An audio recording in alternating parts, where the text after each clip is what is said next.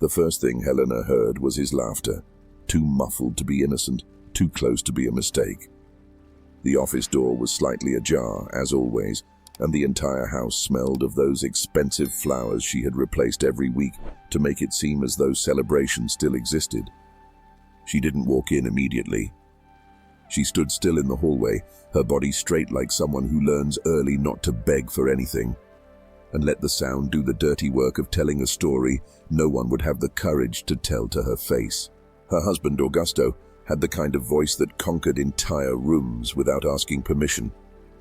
He was the man who greeted waiters by name, who hugged friends as if generosity were his natural state, who said, "My wife," with the same tone he used to say, "My car." To high society, he was charm. To the family, he was lightness. To magazines, he was the pleasant face beside the powerful woman, proof that Helena, despite the money and influence, still had someone who humanized her. And there, in that laughter slipping through the crack of the door, there was an intimacy so comfortable it felt practiced for years. When her voice appeared, the other woman's voice, Helena didn't need to look to know she was young. Too young to restrain herself, too young to fear, too young to understand that in that world certain things were expensive. She heard a "you promised," and then a kiss that shouldn't have made a sound, but did. The air in the hallway seemed to grow heavier, as if the entire house agreed to feel ashamed along with her. Helena opened the door with the same calm she used to open a safe. The mistress was sitting on the edge of the desk, legs crossed, wearing a dress that tried to look discreet, but was merely bold with manners. Augusto was standing, buttoning his jacket as if that were a breach of etiquette, not an entire life built on lies. His face did not twist with guilt. First came shock, then an attempt at a smile, like someone who believes he can negotiate even his own infidelity. Helena looked at both of them without hurry. She did not raise her voice, did not tremble, did not demand an explanation. She simply observed. Augusto's watch, the gift she had given him on their 30th wedding anniversary, shone on his wrist like an indecent reminder. The mistress tried to step down from the desk, but she did so with a delay that looked rehearsed as courage. And that was when Helena understood that the humiliation was not in the kiss. It was in the confidence with which she occupied the space. Augusto took a step forward, his hand open, cheap theater. He said her name as if her name were a blanket. "Helena, we can talk." The word talk had always been his favorite hiding place. To talk was to postpone. To talk was to move everything onto territory where he held control, charm, justifications, well-told stories. Helena did not offer that territory. She merely looked at the folder of documents on the desk, open, and saw her own last name at the top, printed on the bank's letterhead, as if Betrayal also knew how to sign its name. The mistress let out an "I didn't know" that sounded far too perfect to be true. Helena turned her gaze toward her for a second and noticed the flawless manicure, the gloss on her lips, the designer handbag resting on a chair Helena had reupholstered the year before. Everything there had been paid for by a structure no one ever questioned. The young woman noticed the look and straightened her shoulders as if she could defend herself with posture. Helena found it almost touching, the courage of someone who never paid the bill. "You're leaving now," Helena said, without harshness, without threat. It was a simple sentence, but it came out with the weight of an order. The mistress looked at Augusto, searching for authorization, and he made a small, irritated gesture, as if her hesitation were inconvenient. She picked up her handbag and walked past Helena, wearing expensive perfume and insolence disguised as nervousness. As she crossed the doorway, she even had the audacity to look back, like someone expecting to be called, like someone who believed the entire house was temporary. When they were alone, Augusto tried to resume his character. He spoke of loneliness, of difficult years, of how Helena had always been distant, of how he felt invisible inside that marriage. He said it with a glint in his eyes that was not sadness. It was liberation. As if he had finally found a narrative in which he was the victim. Helena listened to everything, as if she were listening to a report. She did not interrupt, did not correct, did not argue. She only noticed one detail that pierced her with a dry chill. He truly believed he was justifying himself. He believed the world would agree. She walked to the window and looked at the garden she had redesigned when she turned 60 because Augusto wanted something more cheerful. The roses were at the perfect stage, the built-in lights turned on at the exact time, and nothing there seemed to have been done out of love. It was all maintenance of appearance. Helena breathed in and felt something that was not pain. It was clarity. The betrayal was not an accident. It was a habit. And the cruelest habit was not him kissing another woman. It was him using his own wife as ground, certain she would carry the weight. "I understand," Helena said, and the sentence frightened Augusto more than any scream could have. He tried to approach, but she raised her hand, not to push him away, but to end it. Not today. That night, Helena had dinner with the family as if nothing had happened. The children came, the grandchildren ran, glasses clinked, and Augusto told stories with his usual skill. Helena smiled at the right moments, praised the dessert, asked about a son-in-law's job, shook a daughter-in-law's hand. Inside, she only observed the way everyone looked at Augusto with easy affection, as if he were the heart of that house. No one noticed that the heart, for a long time now, had been beating in another room. Later in the bedroom, Augusto leaned against the door and spoke in a low voice, with that false gentleness of someone afraid of losing comfort. "You're not going to turn this into a scandal, are you?" He did not ask out of love. He asked about assets, about reputation, about fear of being exposed. Helena looked at him and saw all at once the sum of what she had sustained. The company that grew under her signature, the contracts closed in her name, the bills paid without fanfare, the trips where he shone while she was called rigid, cold, controlling. She realized that the idea of a scandal was just the elegant way of saying, "Don't take away what I treat as mine." Helena turned off the lamp on her side first, not his, hers, a small, almost domestic gesture that, in that silence, sounded like a sentence. And if you were in her place, hearing the entire house applaud the man who had just denied you for decades, would you have the courage to swallow the scream and keep smiling? The next morning, Helena woke before the sun, as she had for years. But for the first time, she did not feel the weight of routine. She felt the weight of decision. Augusto was still asleep, sprawled across the bed like someone who never fears losing his place. She watched him for a few seconds and realized something that hurt less than it should have. He did not look like an enemy. He looked like a man accustomed to being served. And perhaps that was exactly what made him dangerous. At breakfast, he tried to act with exaggerated normalcy, commenting about an important meeting, about a charity dinner over the weekend, about the need to keep up appearances. Helena nodded, spread butter on her toast with precise movements, and asked only what time the dinner was. Her calm began to unsettle him more than any confrontation. He expected tears, demands, threats. He received organization. That very week, Helena summoned her lawyer and her accountant for a private meeting at the company office. She did not raise her voice, did not mention betrayal. She only requested a complete review of contracts, an update of corporate shares, a reassessment of succession clauses. The lawyer, accustomed to her control, asked no personal questions. He limited himself to taking notes.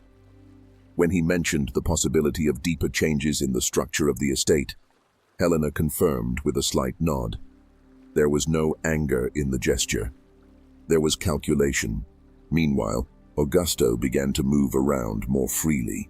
The mistress started appearing at events where before she had only entered through indirect invitations. At the charity dinner, She showed up in a dress that drew too much attention to be coincidence. She stood beside Augusto with rehearsed confidence, greeting people who looked at her with barely disguised curiosity. Some whispers began, but not in the direction Helena had imagined. Comments about how she had always been too distant, too rigid, too busy. "He deserves to be happy too," someone whispered near the main table. Helena heard. She did not react. She greeted sponsors, gave a speech about social responsibility, thanked the foundation's oldest employees. When she passed by Augusto and the young woman, she limited herself to a neutral look, as if she were observing any two guests. The mistress held her gaze for a second longer, almost as a challenge. Augusto, on the contrary, seemed relieved. The absence of scandals sounded to him like permission. At home, the children began to offer opinions. The eldest daughter said Helena needed to be less harsh, that perhaps she had pushed her husband away with so much demand. The youngest son commented that Augusto seemed lighter lately, more cheerful. None of them asked how Helena was. They only asked what she intended to do, as if the final responsibility were still hers. Helena listened to every sentence as if filing documents. She did not defend herself. She did not tell them what she had seen. She let them build the image they were already ready to accept. The cold wife, incapable of showing affection, who had pushed her husband into another woman's arms. The narrative was far too comfortable to be questioned. Days later, Helena requested an extraordinary assembly at the family company. She announced administrative changes, redistribution of powers, revision of joint signatures. Augusto, who had always trusted that everything was in her name but belonged to both, felt the ground tilt for the first time. He tried to speak to her in private, with that conciliatory tone that concealed urgency. "You're exaggerating," he said. "This is unnecessary." Helena replied only that she was organizing the future, and she did not explain whose future. The mistress, now more frequent, began to talk about trips, about new projects, about how Augusto could finally live without pressure. Helena realized the young woman confused freedom with access. She believed that simply occupying the right space was enough to inherit what she had never built. It was an almost childish confidence, sustained by a man who had always believed everything would be guaranteed. At a Sunday lunch, the tension became visible. Augusto sat beside the mistress at the outdoor table, in front of some close friends. Helena chose the opposite seat. When someone commented, jokingly, that the house felt more lively, Helena raised her glass and toasted to other people's happiness. The gesture was elegant, but cutting. Some laughed, others looked away. Augusto pressed his lips together, uncomfortable because he could not predict her next move. That night, he tried again to provoke a reaction. He said maybe it would be better if each of them went their separate ways, that he did not want to live under silent judgment. Helena replied that he was free to do whatever he wished. The word free echoed in the bedroom with an ambiguity he did not know how to interpret. To him, it sounded like victory. To her, it was detachment. Rumors grew in the city. Helena began to be described as bitter, vengeful, incapable of forgiving. Augusto gained sympathy from those who adore a simple story, the man suffocated by the powerful wife. The mistress became a symbol of renewal, youth, spontaneity. No one asked who was paying for that spontaneity. In silence, Helena began discreet visits to institutions she had funded for years without publicity. She spoke with long-time employees, listened to stories of women abandoned after decades of marriage, of elderly people forgotten in houses that were no longer theirs. In each story, there was a pattern. Someone sustained everything, another took the applause. One afternoon, while reviewing the final documents with her lawyer, Helena authorized definitive changes to the destination of a large portion of her fortune. She did not mention revenge. She mentioned coherence. She signed each page with the same firmness she had once signed contracts that enriched the entire family. The lawyer asked if she wished to inform the heirs in advance. She replied that it was not necessary. Some only understand when they lose. That week, Augusto bought a trip for himself and the mistress, confident that his wife's silence meant surrender. He commented to friends that finally life was truly beginning. Helena heard the news through others and simply adjusted a detail in the plan already in motion. And when everyone around her decided she was the villain of her own story, you, who saw what she saw in that closed room, would you have the same urgency to condemn her? The trip Augusto planned never happened. 2 days before departure, he was called to the bank to handle necessary updates. He walked in confidently, accustomed to resolving details with a smile and a quick signature, but left pale, holding a folder that no longer answered to his own name. The joint accounts had been restructured, limits revised, authorizations redefined. The wealth still existed, solid, immense, but now it had a specific destination, clear clauses, safeguards he had never bothered to read. When he returned home, he found Helena on the veranda, reading reports as she did every afternoon. He began agitated, accusing her of humiliation, of calculated coldness, of disproportionate revenge. Helena listened until the end. Then she informed him, with the same serenity she had used weeks earlier to ask the time of the dinner, that the foundation had been officially expanded, and that a significant portion of her fortune had been irrevocably allocated to programs supporting women abandoned after long marriages, to employees who had dedicated their entire lives to the company, and to elderly people who had sustained families and ended up alone. There were no legal loopholes. There was no reversal. Augusto let out a short, incredulous laugh. He asked where he fit into that new structure. Helena answered that he had always had a place beside her. Outside of that, he was merely an adult man, free to sustain his own choices. The word free now no longer sounded like victory. It sounded like the absence of protection. The mistress appeared that night, worried about the tone of the messages he had sent. She tried to maintain her confident posture, but her confidence had always depended on the stability that came from Helena. When she realized the trip had been cancelled and that certain financial adjustments were underway, the shine in her eyes faltered. She spoke about love, about new beginnings, about the courage to face the world together. Augusto, for the first time, realized that the world had a cost and that he had never learned how to pay it. The children received the news days later in a formal meeting called by Helena. They sat around the same table where so many family decisions had been celebrated, but now there were no glasses, only documents. Helena explained, without dramatizing, the new destination of the assets. The silence that followed was heavier than any scream. The eldest daughter asked if that was punishment. The youngest son spoke of injustice, of diluted inheritance. None of them mentioned their father's betrayal.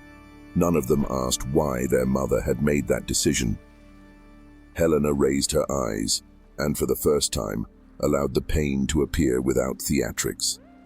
She said that for decades she had built a structure everyone leaned on, including her husband.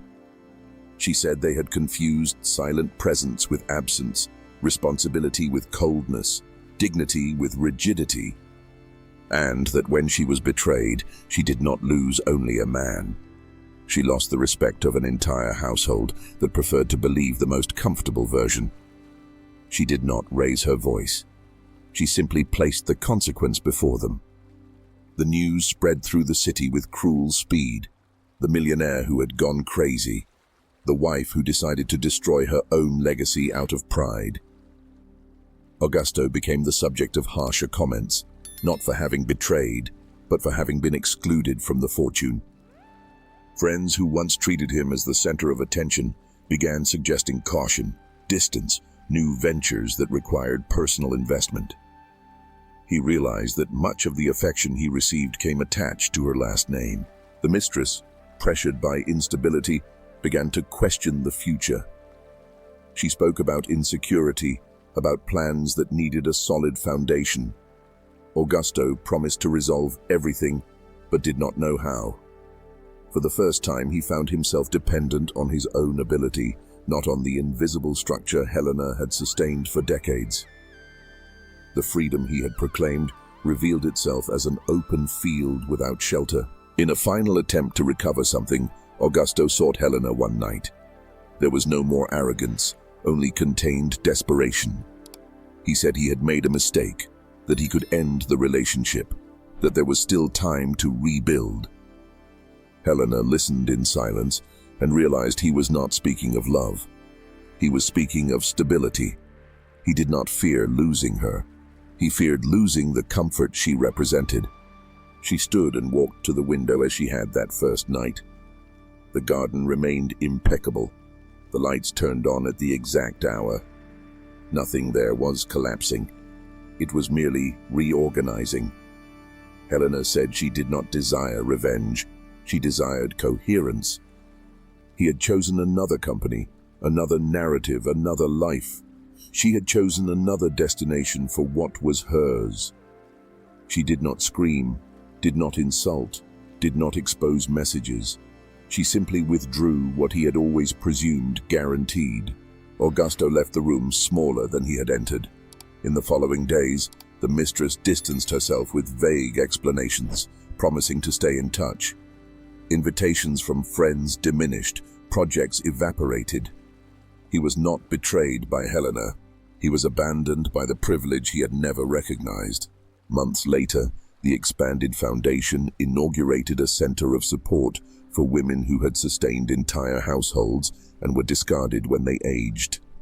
Longtime employees received shares that ensured real security.